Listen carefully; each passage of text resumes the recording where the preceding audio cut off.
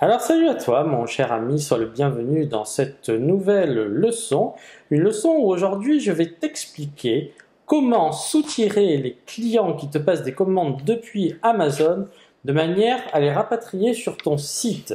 Si tu es vendeur Amazon et que tu t'es lancé dans le business, tu sais qu'il est interdit de récupérer des clients. Les clients qui achètent depuis Amazon appartiennent à Amazon et il est fortement prohibé de communiquer sur ton site depuis Amazon. C'est quelque chose où si demain, alors Amazon ne peut pas contrôler tous les listings, mais si demain ça te tombe dessus, tu vas te faire taper sur les doigts. Et donc, si tu veux, aujourd'hui, je vais t'expliquer un petit peu comment tu peux détourner les clients de façon habile, de manière à, si tu veux, puisqu'Amazon ne te fait pas de cadeau, de manière à générer des ventes, non pas depuis Amazon, mais directement sur ton site et te constituer une base client qui t'appartient. Alors si tu n'as pas de site, bon, ben forcément ce ne sera pas possible.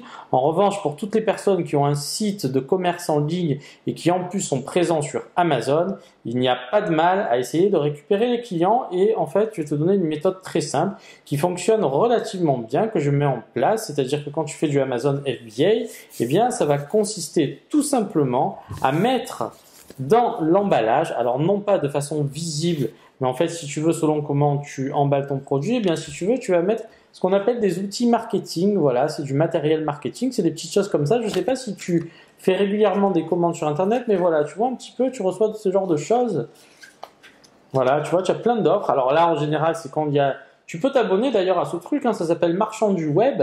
Et si tu veux, qu'est-ce que ça permet? Ça permet en fait, si tu veux, quand un client passe une commande, eh bien en fait, tous les e-commerçants remettent ce petit livret et en fait, dedans, tu as plein de remises. Donc toi, en fait, il faut que tu détournes cette idée. Et en fait, qu'est-ce que tu vas faire? Eh bien, tout simplement, tu vas te constituer, toi aussi, tu vas faire chez ton imprimeur, alors fais-le de façon professionnelle, ça aura plus d'impact. Et qu'est-ce que tu vas faire en fait? Tu vas simplement mettre une offre. Alors là aussi, pour que ça fonctionne bien, il faut que tu offres une réduction à ton client. Par exemple, tu mets 10% de remise avec le code truc. Et du coup, eh ben, qu'est-ce que ça va faire? Les gens, tu mets l'adresse de ton site, le coupon remise, et du coup, gloops, eh bien, les gens vont acheter directement sur ton site et non plus Amazon.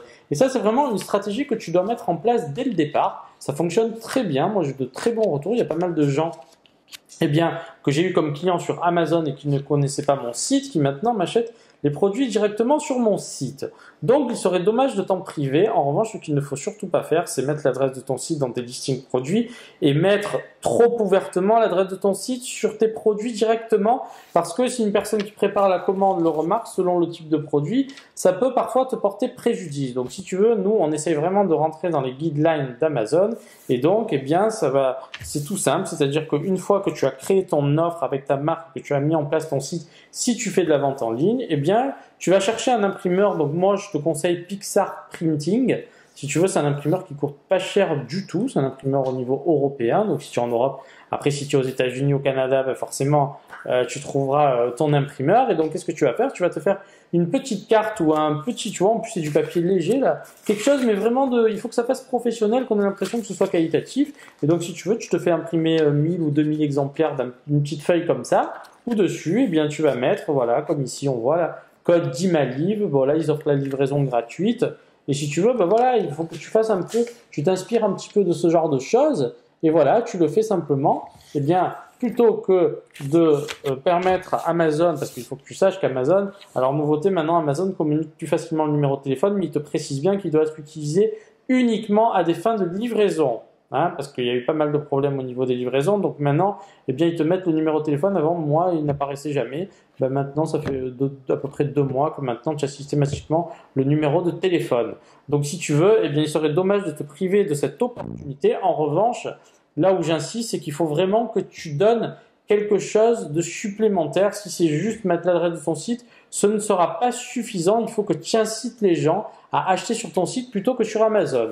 Dans l'idée, si tu vends ton produit 25 € sur Amazon, eh bien, tu sais calculer, tu sais qu'Amazon prend une commission.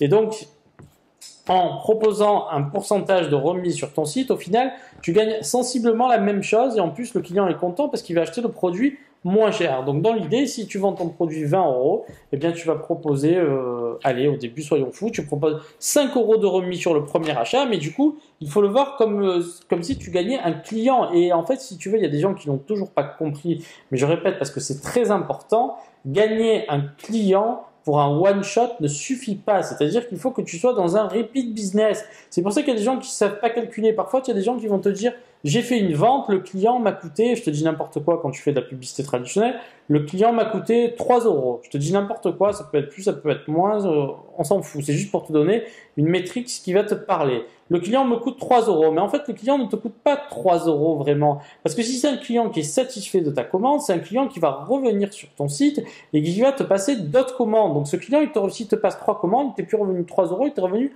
1 euro. Et donc, si tu veux, il ne faut pas se priver de faire ce genre de choses. Hein. Amazon ne se prive de rien et si demain tu fais une erreur, il ne te ménagera pas. Et donc, toi, en l'occurrence, eh bien, essaye de tout faire pour mettre un petit peu tous tes œufs dans le même panier. Et donc, si tu veux, il y a beaucoup de gens qui font ça. En revanche, j'ai des amis qui l'ont fait aussi, mais ils ont juste mis eh bien, l'adresse du site. Merci pour votre achat. Retrouvez tous nos articles sur tel site. Ça marche pas du tout. Tu vois, on a fait des tests et en mettant un code remise, tu as un taux de transformation qui est 30% supérieur par rapport à un coupon sans offre dessus. Et donc, si tu veux, ben voilà, ce qu'il faut que tu fasses dès le départ, hein, quand tu as sourcé ton produit, alors pas en phase d'échantillonnage, ça ne sert à rien, mais quand tu commences à rentrer tes offres, eh bien, il faut que systématiquement, dans toutes tes commandes, et même si tu fais du FBA, dans le packaging, directement, tu glisses ce genre de choses. Ça sera vraiment très utile pour récupérer du client gratuitement. Voilà, eh bien écoute, j'espère que tu as saisi la leçon et je te dis à très bientôt pour une nouvelle vidéo. Tchuss!